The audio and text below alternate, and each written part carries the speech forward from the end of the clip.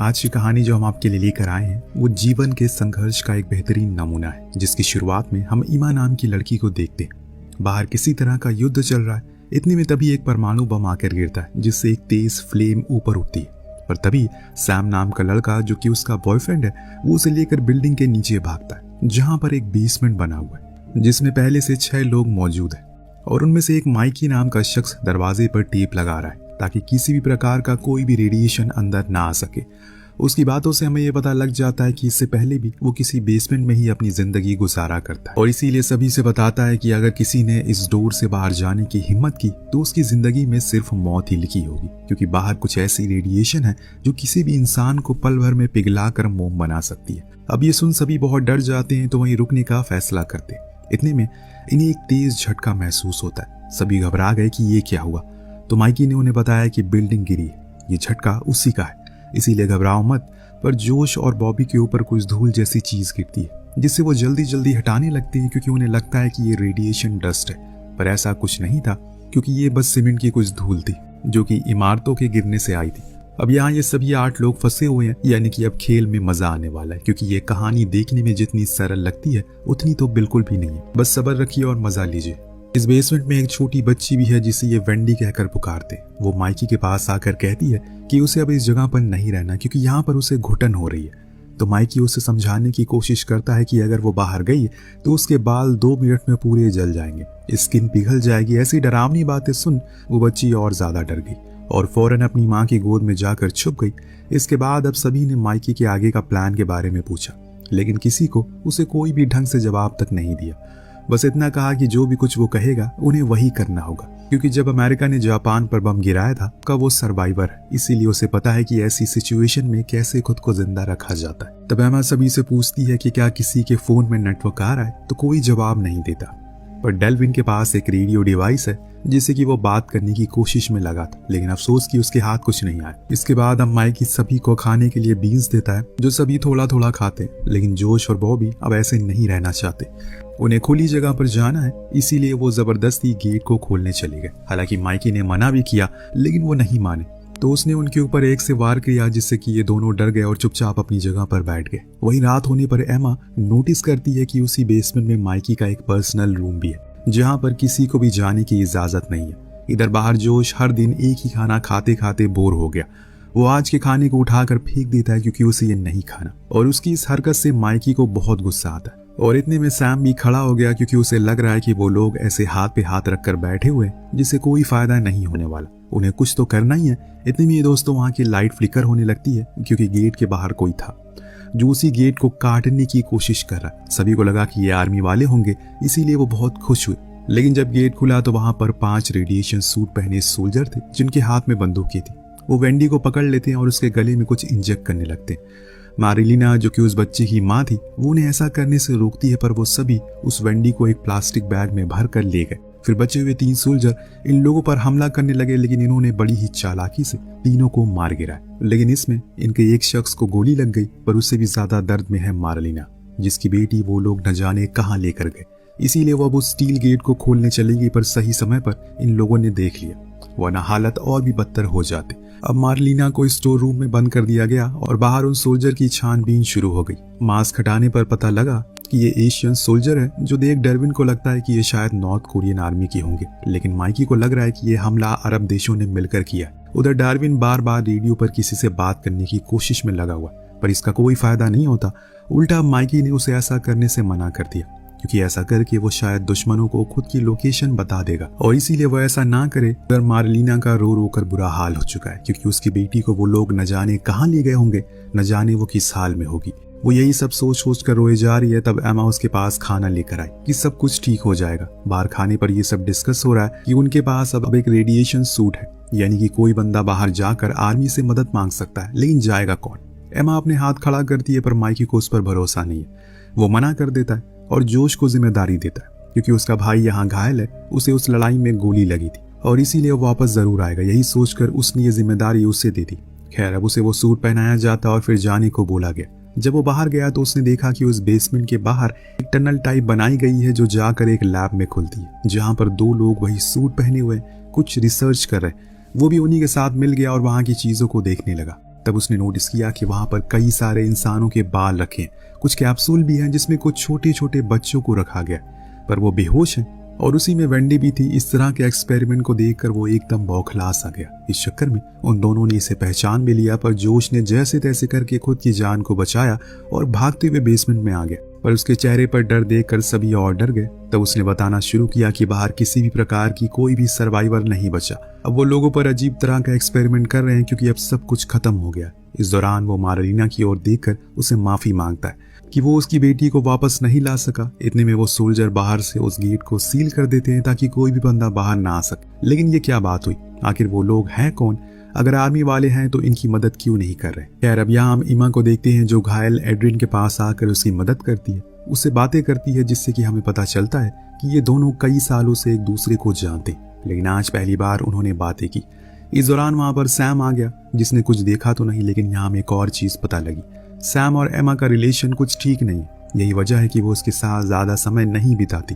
अब देखते ही देखते एक हफ्ता बीत गया, पर अभी ये लोग वही हैं जहां शुरुआत में। लेकिन जिन सोल्जर को इन्होंने मारा था उनकी बॉडी में से स्मेल आने लगी जो पूरे बेसमेंट में फैल गई। इसीलिए माइकी सुझाव देता है कि हमें इस लाश के छोटे छोटे टुकड़े करके फेंक देना चाहिए।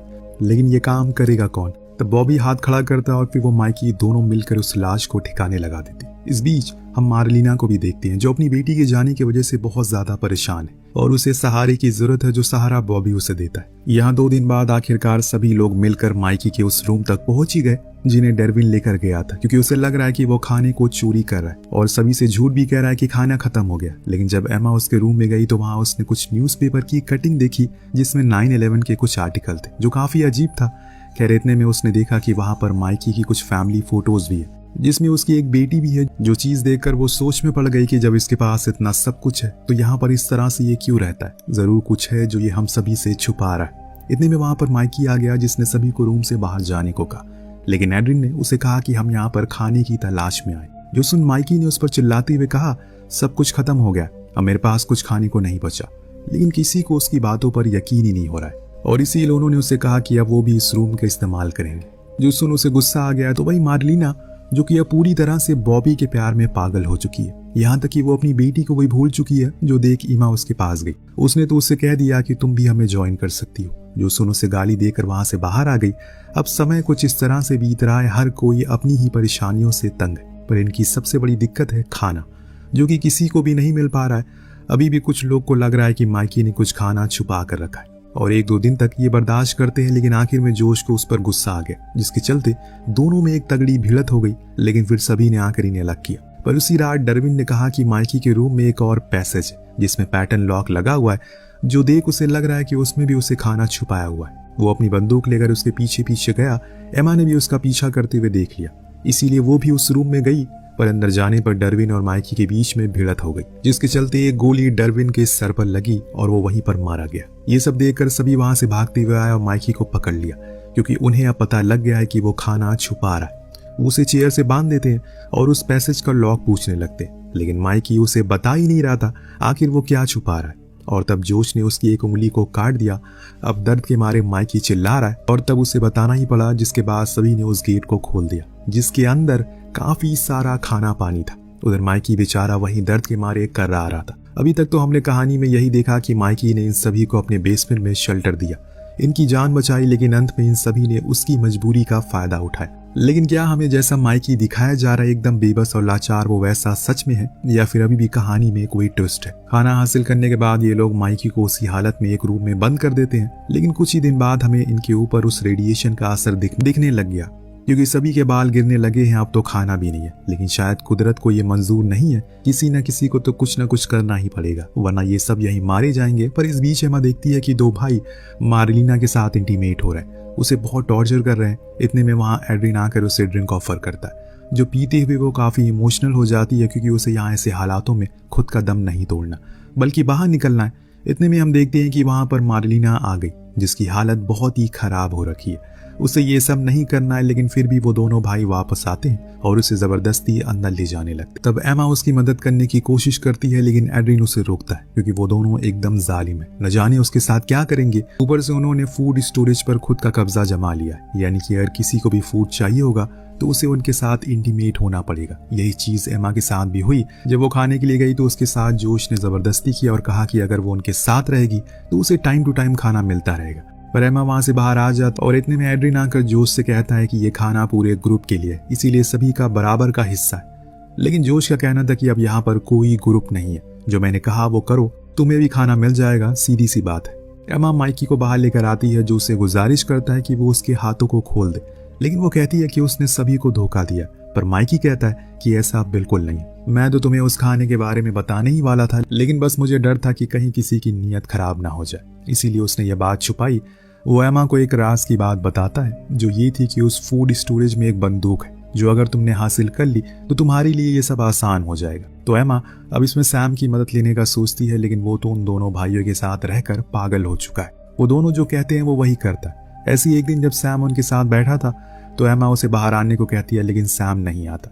तभी बॉबी एमा से ट्रूथ और डेयर खेलने को कहता है, जो वो एक्सेप्ट कर लेती है। इस बीच एमा की नजर मार्लिना पर पड़ी, जिसको एक कोने में बांध कर रखा हुआ है। उसके शरीर पर कपड़े तक नहीं थे, उसके मुंह और नाक से खून आ रहा है।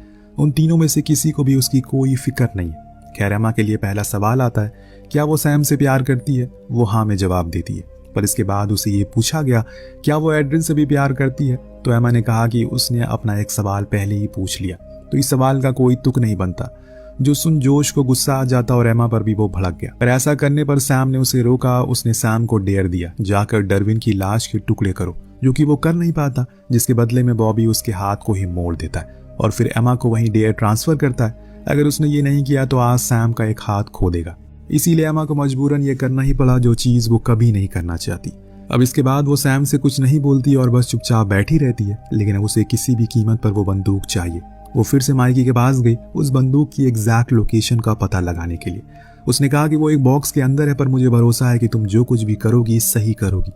मैं तुम्हें एक और चीज बताना चाहता हूँ। दरअसल इस जगह से बाहर निकलने के लिए एक और रास्ता है, जो कि टॉयलेट से होकर गुजरता है, पर तुम्हें उस गंदगी को पार करके गुजरना होगा। पर वो ये भी करने को राजी है। इसीलिए उसने प्लान बनाया, जिसमें सैम को भी इंक्लूड किया, जिसका पहला स्टेप था उन दोनों भाइयों को अपने जाल में फंसाना। पर जब वो वहां पर मार्लिना की लाश को देखती है तो तुरंत ही वहां से बाहर आ गई। दरअसल उन लोगों ने उसे इतना टॉर्चर किया कि उसकी बड़ी ही दर्दनाक मौत हो गई। उधर सैम अपने मंसूबों में कामयाब हो जाता, लेकिन जब उसने उस लाल डब्बे को उठाया तो बॉबी ने उसे देख लिया। लेकिन तब तक सैम ने उस पर बंदूक तान दी और उसे लेकर बाहर आ जाता है। पर जब वो बाहर जोश को भी देखता है तो उसके मन में एक सवाल आया, ये कहां से आ गया? इतने में एमा सैम से कहती है कि वो उसे शूट कर दे, जो कि वो करता भी है, लेकिन वो गोली जाकर एड्रिन को लग गई, जिससे वो वहीं मारा गया। और इससे बॉबी को मौका मिल गया सैम के ऊपर हमला करने का। उसने उसे बहुत मारा, लेकिन तभी पीछे से एमा आकर जोश के गले को काट डालती है। यानी कि एक भाई का तो काम तमाम हो गया, लेकिन अपने भाई की मौत को देखकर बॉबी का खून खौल जाता है। जो चीज देख एमा फौरन भागकर माइकी के पास आ गई। उसके हाथ खोल दिए, क्योंकि उसे पता है कि वो उसे लड़ नहीं सकती, लेकिन माइकी लड़ सकता है। पर उसे तो बॉबी को मारने की कोई जरूरत ही नहीं पड़ी, क्योंकि उसने तो खुद को ही आग लगा ली। लेकिन इसके पीछे की भी एक वजह थी, क्योंकि वहां पर कोई भी शाफ्ट नहीं है, जिसके कारण अगर हल्की सी भी आग लग गई तो पूरा बेसमेंट जल जाएगा। इस चीज को सही करने के लिए वो बॉबी के शरीर पर लगी आग को बुझाने लगता है। पर इसी बीच एमा पूरे बेसमेंट के बचे हुए एक ही रेडिएशन सूट को पहनकर टॉयलेट में घुस गई और गेट को लॉक कर लिया। माइकी ने कहा कि वो गेट को खोले, लेकिन अगर वो गेट को खोल भी देती है, पर आखिर में माइकी स्माइल करता है, क्योंकि उसे एमा के लिए खुशी थी कि वो इस नरक से बाहर निकल गई। पर वहां एमा जब बाहर गई तो उसने महसूस किया कि ये वो न्यूयॉर्क तो है ही नहीं, जहां वो रहा करती थी। चारों ओर हवा में बस राख उड़ रही है। सब कुछ खत्म हो गया है, कुछ नहीं बचा इस संसार में। अब तो वही बेसमेंट में माइकी आखिरी बार हंसते हुए अपनी बीवी बच्चों की तस्वीर को देखता है। लेकिन क्या आपने सोचा था कि इस कहानी के कुछ इस तरीके से अंत होगा? क्योंकि अगर सब साथ रहते तो शायद कुछ दिन और सरवाइव कर जाते, लेकिन शायद इंसान की यही फितरत है, उसे आसान चीजों को भी मुश्किल बनाने में मजा आता है और फिर इसमें सब कुछ खत्म हो जाता है। साल भर का खाना रहने के बावजूद भी कोई जिंदा नहीं है उस बेसमेंट में। आपको कहानी कैसे लगी हमें कमेंट करके जरूर बताइएगा। मिलते हैं अगली वीडियो में। Thank you so much watching.